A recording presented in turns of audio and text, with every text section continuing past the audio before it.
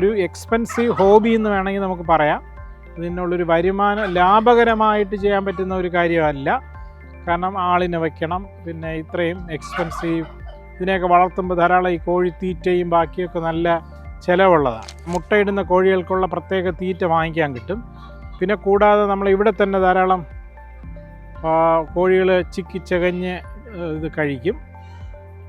മെയിനായിട്ട് കോഴി തീറ്റയാണ് നമ്മൾ കൊടുക്കുന്നത്. പിന്നെ വാത്ത് ഒക്കെ ആണെങ്കിൽ, ഗൂസിനാണെങ്കിൽ ഈ കടലയുടെയും ചുണ്ടലിൻ്റെയൊക്കെ തോലുണ്ടല്ലോ, അതും തവിടും ഒക്കെ മിക്സ് ചെയ്തൊരു പ്രത്യേക രീതിയിൽ ആണ് അതിന് കൊടുക്കുന്നത്. പിന്നെ കൂടാതെ ചോറ് വേവിച്ച് നമ്മൾ കൊടുക്കാറുണ്ട്.